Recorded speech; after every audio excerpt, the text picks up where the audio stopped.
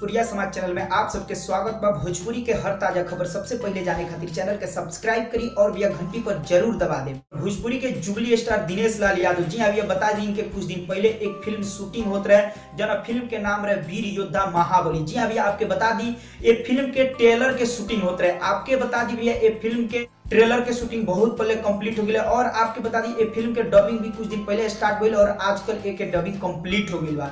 आपके बता दी भैया बहुत जल्द ये फिल्म के ट्रेलर आप सबके बीच आ जाए और आपके बता दी भैया मेन खास बात ये फिल्म के फर्स्ट लुक और सेकंड लुक रिलीज हो गई बा जौन की आप सब डिस्प्ले पे देख सकतनी। जी हाँ भैया बहुत ही खतरनाक लुक बा आप सब देख सकतनी और आपके बता दी भैया आप सबके पता ही हुई ये फिल्म लगभग 10 करोड़ से प्लस के बने वाला बा। 10 करोड़ कम से कम 10 करोड़ के ये फिल्म बनी ओकरा से ज्यादा भी लाग सकता है। ये फिल्म के निर्माता बतैले रहे कुछ दिन पहले इंटरव्यू के दौरान ये फिल्म के।